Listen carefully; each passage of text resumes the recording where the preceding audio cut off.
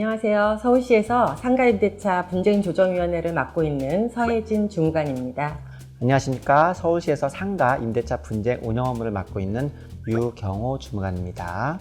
네, 오늘은 세 번째 조정 사례를 말씀드리기 전에 상가임대차 분쟁조정위원회에 관련해서 간략하게 소개 좀 드릴게요.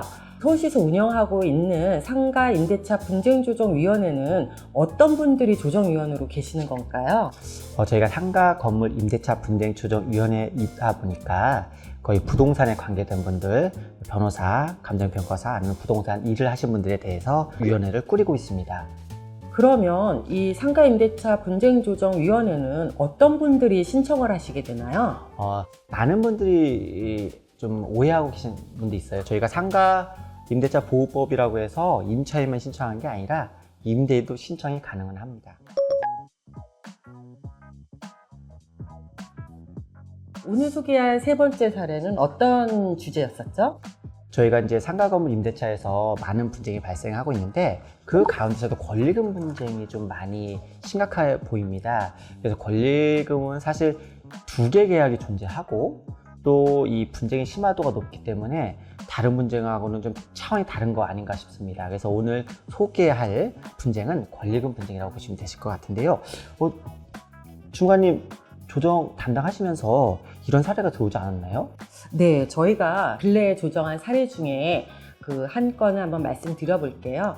일단 이분 같은 경우는 2016년도에 횟집을 운영하기 위해서 보증금 2천만 원에 월세 150만 원, 그리고 권리금 1,800만 원을 주고 들어갔다고 합니다.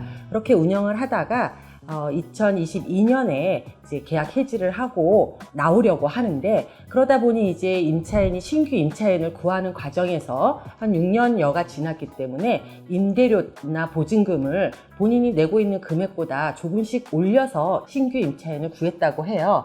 그런데 문제는 본인이 내고 있는 임대료와 보증금보다 올려서 신규 임차인을 구했는데 임대인이 계약을 해주지 않았다는 거죠.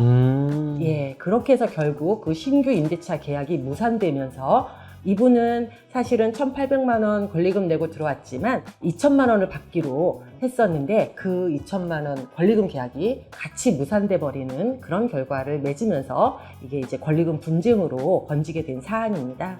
조정위원회에서 이 사안을 가지고 임대인과 임차인분을 각각 심도 있게 상담을 하게 되었는데요.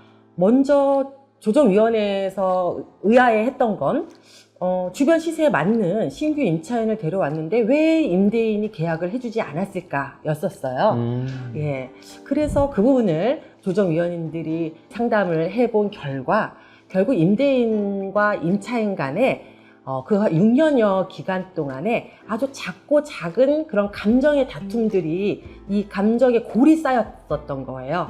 그래서 임대인은 이 현재 임차인이 데려오는 신규 임차인과는 그냥 계약하기 싫었다. 뭐 주변 시세대로 내가 임대료를 더 받고 안 받고가 중요한 게 아니라 지금 임차인에게 끌려가는 듯한 기분, 이게 너무 싫어서 자기는 계약해 주기가 싫었다.